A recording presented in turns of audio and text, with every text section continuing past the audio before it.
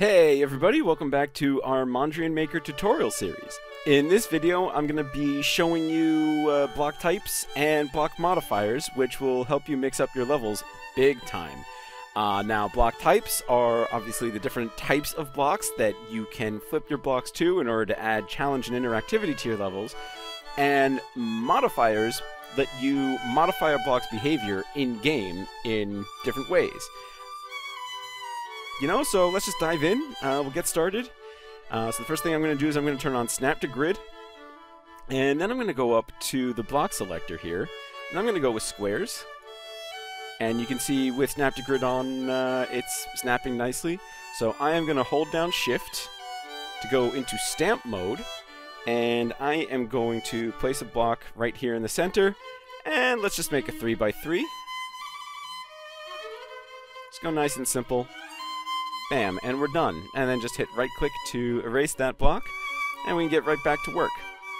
So before I go any further, let's give this a title, and we'll call this Modifier Tutorial. That's by Danny. And now to show you the context menu. So to get the context menu, all you have to do is click on a block. And these little context buttons will pop up and show you everything you need to do. So for instance, over on the left here, you have different ways to center and align your blocks. Over here on the right, you can grab the free move or nudge a block 1 pixel at a time, or even rotate scale, as you can see. But for now, we are going to be focusing on modifiers. So up here at the top, we have the block types, but you can see they're grayed out. Can't select these right now because we are on relaxing difficulty. So we're going to start with the modifiers, and we have two. We have shift blocks, which allow us to move blocks left, right, up, and down in a level. And we have phase blocks, which allow us to blink blocks in and out of existence, basically. Makes them visible and invisible. So for this middle block, let's start with a phase.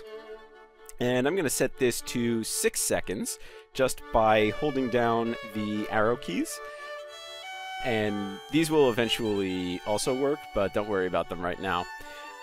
For this amount of time, remember, this is for if the game is on slow.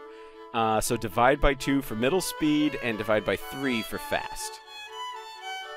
Then what I'm going to do is these blocks out here, let's take this top block. I'm going to go to Shift, and then again, using the arrow keys, I'm going to hold up and just make that shift all the way out. And you can see what's going to happen is the block is going to move to the top, and then it's actually going to ping-pong back all that distance. So we're going to have some blocks crossing over each other. It's going to be kind of funny. And we'll do the same here. And then for this one on the left, we're going to go all the way to the left.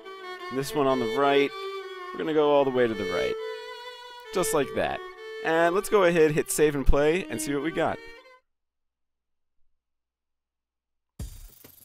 So here's our level. You can see the blocks are shifting. And then our phase block disappears right as the ball was going to hit it.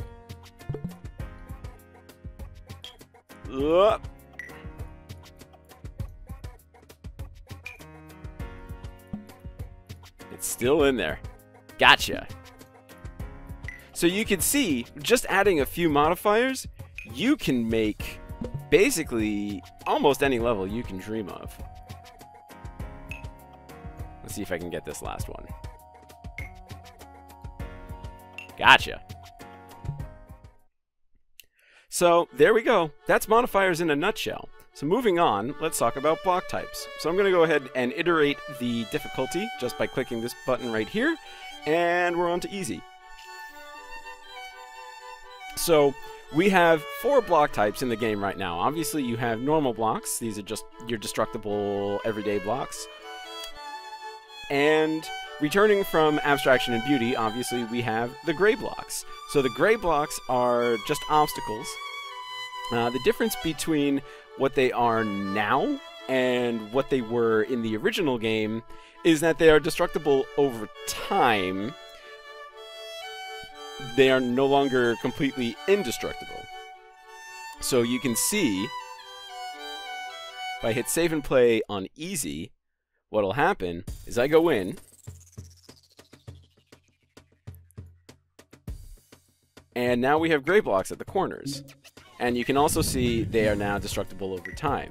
You'll also notice that the phasing and the shifting blocks are no longer doing their thing because we have not applied them at this difficulty. The reason it works like this is so that you can build 4 completely different variations of your level if you so choose. Or you can just copy over what you did before. There's nothing stopping you from doing that. It's all about choice. So the next kind of block I'm going to show off is splitter blocks. This is a new block type that will actually break off into multiple blocks depending on current difficulty. So right now I've brought the difficulty up to medium, and let's just go ahead and let's have some fun. Let's make every block a splitter.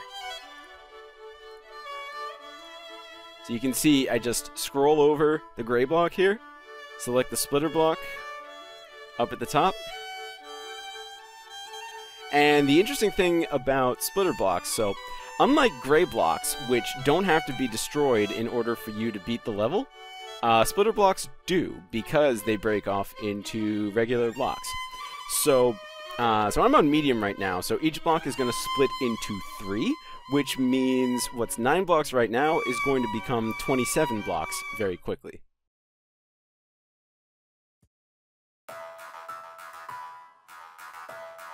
Alright, so here we have our splitter level, and you can see as soon as I hit a splitter, it breaks up into 3 different blocks.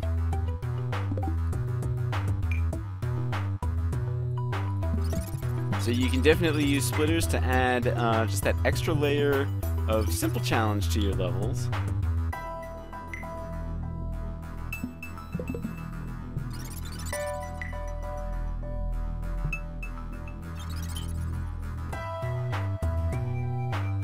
Go. So as you can see, because we're on medium, each one is going to break off into 3 blocks. On hard, they break into 4, and on easy, they only break into 2.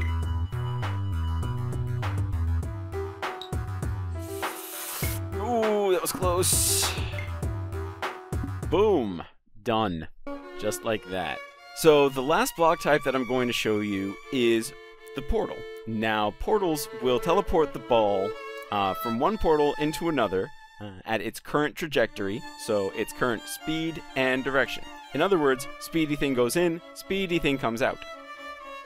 So what I'm going to do to demonstrate this is I am going to set every block to a portal.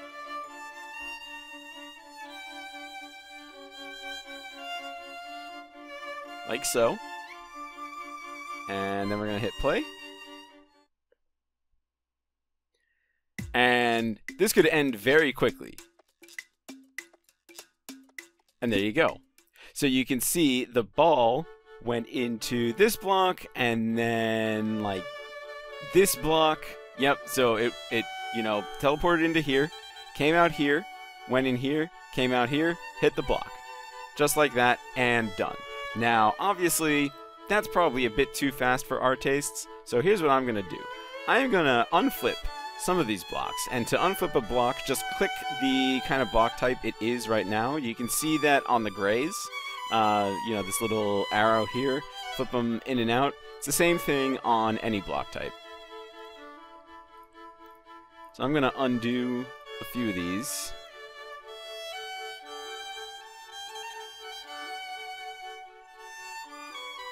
And let's keep this one as a portal, just for good measure. And then I'll make the corners gray again.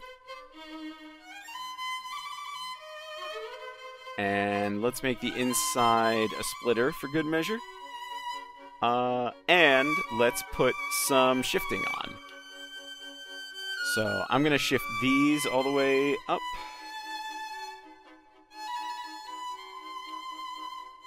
Like that.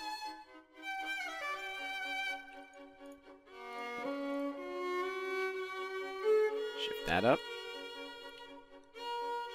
And then the middle ones, I'm going to shift down.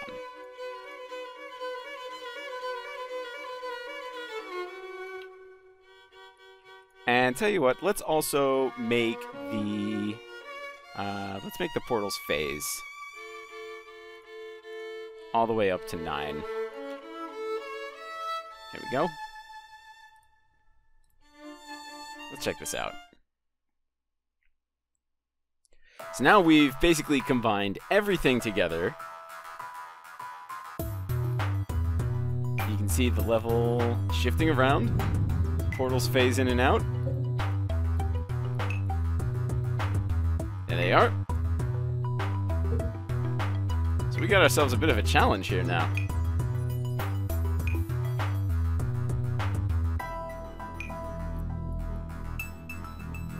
And there's your teleport right there. See if we can get something destroyed. There we go.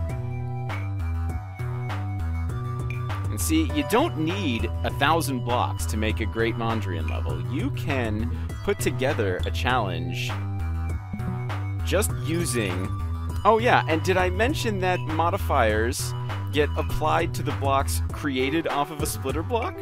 So you can create a challenging Mondrian level very, very easily. It doesn't take much. Just go ahead and experiment. Play around with all the tools at your disposal, and before you know it, you have yourself a really interesting level made with just 9 blocks, some modifiers, and a few different block types. And there you have it. In the next video, I'll be showing you some tricks and tips, like how to import levels from anywhere on your system, some interesting context menu functions, and how to use keyboard shortcuts. But in the meantime, thank you all so much for watching. You can grab the game on itch.io or GameJolt for just $15. And now you can share your levels, backgrounds, and other creations on our mod.io page, mondrian.mod.io. Until next time, this is Danny, signing off. Have a good one.